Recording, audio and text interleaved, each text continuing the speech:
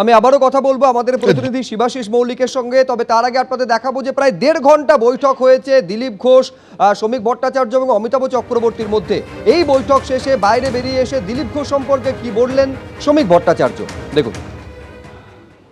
দিলীপ ঘোষ কি বাড়ি বসে থাকার লোক নাকি? দিলীপ ঘোষ প্রায় কৈশোর থেকে এই সংগঠনের সঙ্গে যুক্ত, flesh and blood of this organisation. তো দিলীপ ঘোষ বাড়িতে বসে থাকবেন কেন? এই নির্বাচনে সংঘবদ্ধ বিজেপিকেই দেখতে পাবে। রূপরেখা তৈরি করছিলেন, কখন কে কিভাবে ময়দানে নামবে সেটা তো ঠিক করবে পার্টি। মাঠ জুড়ে খেলবে। আমরা রাজনীতিকে তো খেলা মনে করি না। অনেক কটা সভা আছে, ঠিক এখন আমি মনে করে বলতে পারছি না কোথায় সভা আছে। এলে কি কারোর কোনো অসুবিধা আছে? কথা বলবো শিবাশিসের সঙ্গে। মাঠ জুড়ে খেলবেন দিলীপ ঘোষ। যে খেলাটা শুরু হচ্ছে দুর্গাপুর থেকে, নিঃসন্দেহে প্রশ্ন থাকবে যে দুর্গাপুরকে বেছে নেওয়ার পেছনে বিশেষ কোনো কারণ রয়েছে কিনা শিবাশিস। রাজ্য কমিটি এখনো পর্যন্ত বিজেপির তৈরি হয়নি, তা নিয়ে কোনো আলোচনা এই তিনজনের বৈঠকে হয়েছে কিনা, এবং দিলীপ ঘোষ নিজে নির্বাচনী প্রতিদ্বন্দ্বিতা করার ইচ্ছা প্রকাশ করেছেন, তা নিয়ে বর্তমান রাজ্য সভাপতির সঙ্গে কোনো আলোচনা হলো?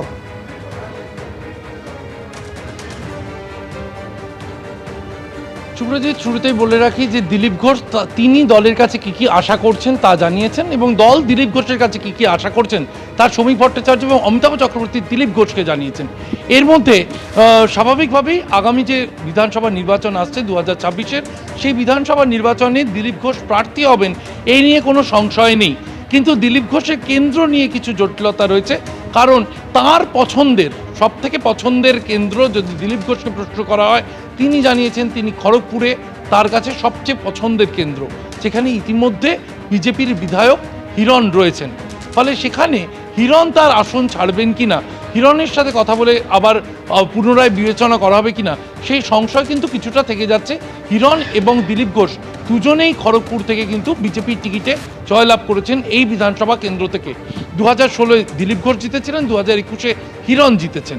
ফলে সেই কেন্দ্র নিয়ে কিছু জটিলতা এখনো রয়েছে, কিন্তু তিনি বিধানসভায় প্রতিদ্বন্দ্বিতা করবেন এবং 2026-এ তাকে বিধায়ক হিসেবে দেখতে চায় বঙ্গ বিজেপি, একথা কিন্তু তার সামনে স্পষ্ট করে দেওয়া হয়েছে দলের পক্ষ থেকে। ধন্যবাদ শিবাশিস। দিলীপ ঘোষ আজ এবিপি আনন্দকে দেওয়া এক্সক্লুসিভ সাক্ষাৎকারে এও বলেছেন যে জনপ্রতিনিধি হয়ে আগামী ভোটে লড়তে চাই, পছন্দের কেন্দ্র খড়গপুর, দল যদি বলে তাহলে সেখান থেকে লড়ব। এই নিয়ে খড়গপুরের বিজেপি নেতৃত্ব এবং তৃণমূল কি বলল শুনুন। দিলীপ দা তো অ্যাকচুয়ালি বিজেপি ছেড়ে যাননি, এবং বিজেপিতে ছিলেন, বিজেপিতে আছেন, সারা জীবন থাকবেন। অমিত শাহজি দিলীপ দাকে ডেকেছেন, বসেছেন, খুবই আপ্লুত, এবং পরবর্তীকালে দিলীপ দা যদি এখানে টিকিট পান, তো অ্যাকচুয়ালি খড়গপুরকে দিলীপ দা সাজিয়েছেন নতুনভাবে। সে সূত্রে আমরা চাইবো দিলীপ দা হলে আরও ভালো, এবার দল সিদ্ধান্ত নেবেন কে দাঁড়াবে না দাঁড়াবে। সবাই যেটা চাইছিল, আমরা যেটা চাইছিলাম, কালকে খুব খুশি লাগলো যে দিলীপ দা এত বড় হেভিওয়েট নেতার সাথে বসে গিয়ে যা সমস্যা দেখা যাচ্ছিল দীর্ঘদিন ধরে, সেটা মিটমাট হয়ে গিয়েছে। দিলীপ দার সাথে আমরা সবাই সবসময়ই আছি, দিলীপ দার হাত শক্ত করতে গিয়ে। আমরা যদি দিলীপ দার ইচ্ছে আছে তাহলে আমরা সবসময় দিলীপদের সাথ দেব, আগেও দিয়েছি, এখনও দেব। আমরা কোমর বেঁধে এবারে 26-এ এই সরকারকে তুলে ফেলতে একদম একজোট হয়ে সবাই নিচ থেকে উপর পর্যন্ত সবাই একসাথে মিলে বিজেপির সরকার করব 26-এ। একজন সিটিং এমএলএ আছেন যিনি এলাকার জন্য কিছু করেননি, আবার দিলীপ বাবু নতুন করে এমএলএ হওয়ার চেষ্টা করছেন, তাহলে গোষ্ঠী কোন্দল তো শুরুতেই আবার নতুন করে মাথা চাড়া দিয়ে উঠবে। আগে দিলীপ ঘোষকে বলুন যে এখানে দাঁড়ানোর ইচ্ছা প্রকাশের আগে তিনি আগে দলের কোন্দলটা মেটান, তারপরে তিনি এখানে ইচ্ছা প্রকাশ করবেন। আমরা এইটা বলে দিচ্ছি, এবার খড়গপুর বিধানসভা অর্থাৎ খড়গপুর সদর বিধানসভা হচ্ছে তৃণমূল কংগ্রেসের, কোনো ক্ষমতা নেই এখানে আমাদেরকে এবার হারিয়ে দেয়। এবিপি আনন্দকে দেওয়া এক্সক্লুসিভ সাক্ষাৎকারে নিজের ক্ষোভ বা অভিমানও গোপন করেননি দিলীপ ঘোষ। আগেও যেমন বলেছিলেন, ফের বললেন, যেভাবে আমাকে নির্বাচনে প্রতিদ্বন্দ্বিতা করানো হয়েছে তাতে আমার মন ছিল না, আমি নির্বাচনে প্রতিদ্বন্দ্বিতা করব না, সে কথাও বলেছিলাম। তার পরিণতি কি হয়েছে সকলে দেখেছেন। 18টার মধ্যে 8টা আসন হারিয়েছে বিজেপি। আর কি বললেন দেখব। লোকসভা ভোটের ফলাফল নিয়ে তো আপনি বারবার যে মন্তব্যগুলো সামনে করেছেন, কোথাও যেন একটা অন্তর্ঘাতের একটা ইঙ্গিত ছিল। সেই জায়গায় দাঁড়িয়ে তখন কিন্তু আপনি একটা অভিমানী হয়ে উঠেছিলেন, যে এমন একটা মনে হয়েছিল 2024 লোকসভা নির্বাচনের মধ্যে পরে দিলীপ ঘোষ মনে হয় রইল ঝোলা চললো ভোলা, কিন্তু তারপরে আবার ধীরে ধীরে আপনি ফিরে আসতে শুরু করেছিলেন, কিন্তু মাঝখানে বাধা দাঁড়ালো আবার একটা বিতর্ক।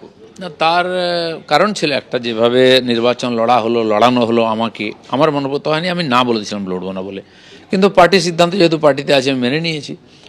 আর রেজাল্ট সবাই জানেন কি হয়েছে, কেন হয়েছে। 8টা সিট আমরা হারিয়েছিলাম 18টা থেকে।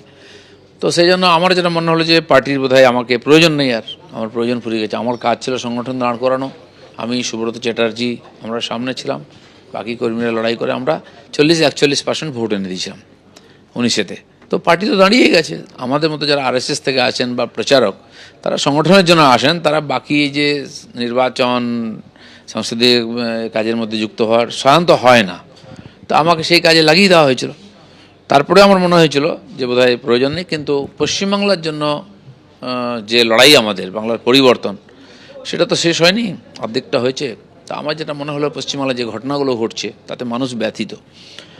আর যে আরজিকরকে নিয়ে ঘটনা ঘটলো, আজ বাংলাদেশে যে ঘটনা ঘটছে আমরা তাতে নিয়ে খুব উদ্বিগ্ন, যে লোক নেমেছে। কিন্তু আমার মনে হয়েছে আরজিকরকে নিয়ে পশ্চিমবাংলায় যে বিরোধিতা হয়েছে তার চেয়ে বেশি লোক অ্যাক্টিভলি দেখেছিলাম।